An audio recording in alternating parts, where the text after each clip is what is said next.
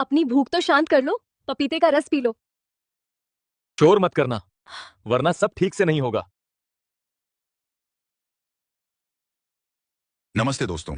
आज हम सुनेंगे एक ऐसी औरत की कहानी जो अपने सम्मान और मजबूरी की जंग में इस कदर फंसी कि उसे अपने ही शरीर की कीमत लगानी पड़ी।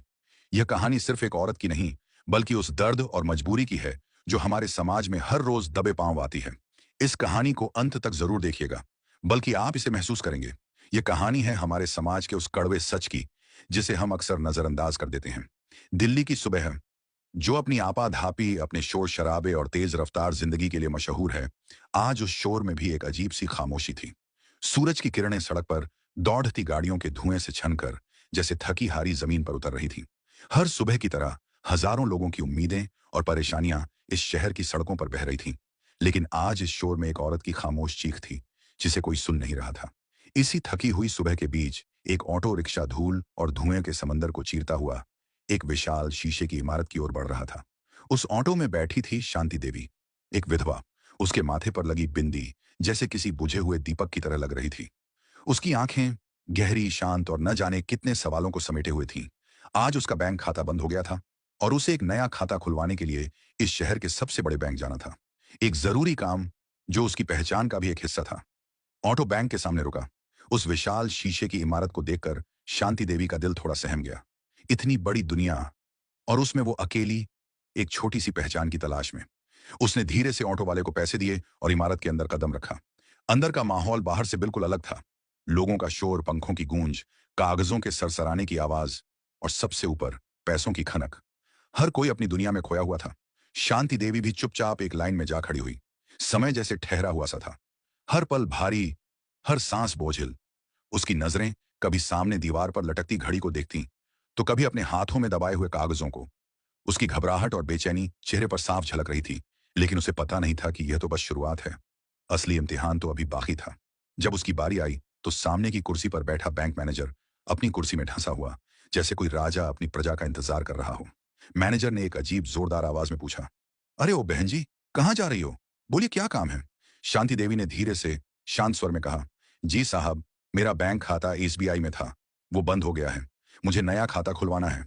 मैनेजर ने लापरवाही से कहा, थोड़ा रुको, अभी इंटरनेट नहीं चल रहा है, थोड़ा इंतजार करो। शांति देवी वहीं अपनी जगह पर खड़ी रही। उसकी आंखों में एक अजीब सी बेचैनी थी।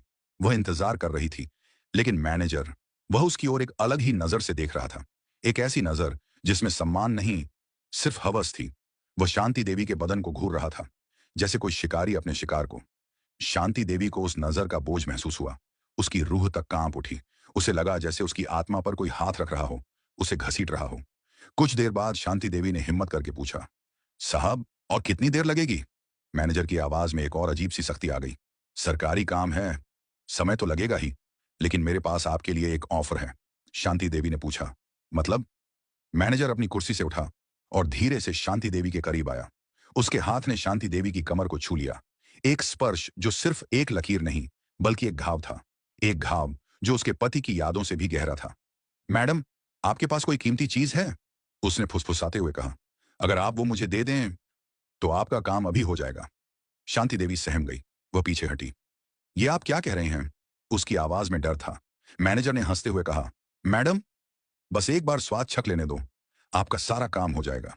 शांति देवी को लगा जैसे उसने इस शहर के शोर के साथ साथ यहाँ की गंदगी को भी अपनी रूह में महसूस कर लिया हो। आपको शर्म नहीं आती?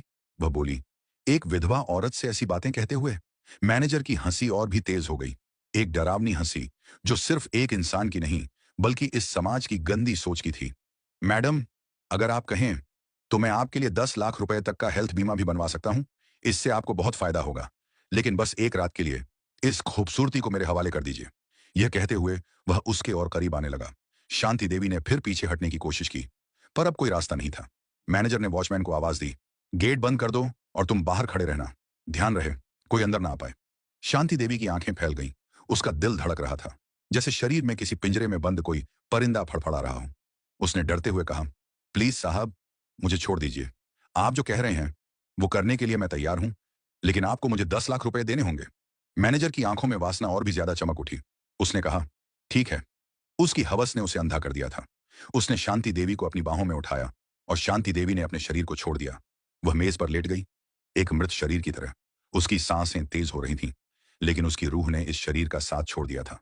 उसने बरसों बाद इस तरह के स्पर्श को महसूस किया था। मैनेजर ने अपनी प्यास बुझाई और दोनों एक दूसरे में खो गए, या कहें कि एक दूसरे में कहीं खो दिए गए। बाहर गेट पर खड़ा वॉचमैन एक छोटे से छेद से ये सब कुछ देख रहा था। एक अजीब सी हंसी उसके होठों पर थी। उसकी आंखें चमक रही थीं, जैसे कोई भूखा भेड़िया अपने शिकार को देखकर चमकता है। उसने आवाज लगाई, साहब, हो गया क्या? मैनेजर ने दरवाजा खोला।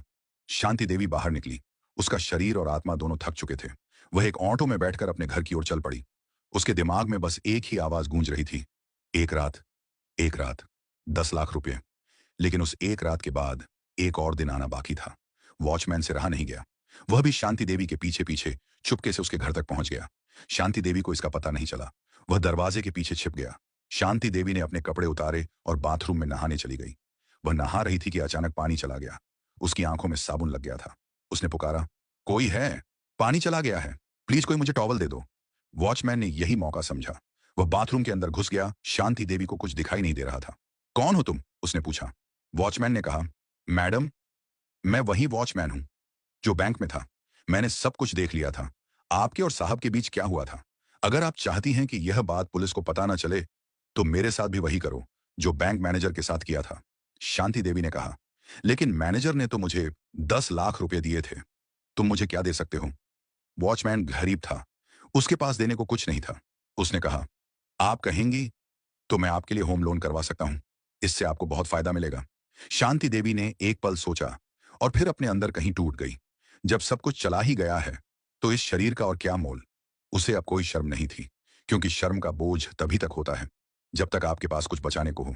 उसने कहा, लो, बुझा लो अपनी भूख। और वे दोनों एक दूसरे में खो गए। कुछ देर बाद शांति देवी नहाकर बाहर निकली और रोने लगी। उसकी आंखों से आंसू नहीं, बल्कि उसकी आत्मा का दर्द बह रहा था। सामने उसके पति की तस्वीर लगी थी, जिस पर माला छड़ी हुई थी। शांति देवी ने तस्वीर की ओर देखा और फूट फूट कर रोने लगी। वह मन ही मन कहती है, अगर तुम होते तो मुझे आज ये दिन नहीं देखने पड़ते। लेकिन ये आंसू सिर्फ दुख के नहीं थे। ये आंसू एक एहसास के थे। एक एहसास कि वह अब भी जिंदा है, कि उसने एक खतरनाक मोड़ पार किया है और अब वह खुद को किसी और की वासना का शिकार नहीं बनने देगी। उस रात शांति देवी ने खुद को माफ कर दिया। उन सभी लोगों को भी माफ कर दिया जिन्होंने उसे उसकी पहचान से ज्यादा उसके शरीर से समझा। और पहली बार उसने अपनी आंखों में अपनी खुद की परछाई देखी। एक ऐसी परछाई जो थोड़ी थकी हुई थी, लेकिन अब भी जिंदा थी। जब वह वापस बैंक में गई, मैनेजर से कहा, मैनेजर साहब, मेरे 10 लाख कहाँ हैं? आपने जो वादा किया था वह निभाया नहीं। मैं तो आपका वादा पूरा किया, खाता भी तो नहीं खुला है, वह भी खोजना है। यह सुनकर बैंक मैनेजर गुस्से में बोला, कौन हो आप? मी तो आपको जानता भी नहीं। कौन से पैसों की बात कर रहे हो? बैंक मैनेजर ने उसे इनकार कर दिया। फिर सुनकर शांति देवी काफी दुखी हुई। उसके साथ इतना बड़ा धोखा हुआ था। बैंक मैनेजर धमकी दी, यहां से चली जा, वरना मैं पुलिस को बुलाकर तुझे बैंक में गोल्ड चोरी करने पर गिरफ्तार करवा दूंगा। यह सुनकर शांति देवी डर गई और वह चुपचाप बैंक से रोती हुई बाहर चली आई। बाहर उसने वॉचमैन से पूछा, आपने कहा था आप मेरा होम लोन करवा दोगे? आपको याद तो है ना? आप अपना वादा पूरा कीजिए। मैं अपना वादा पूरा किया था।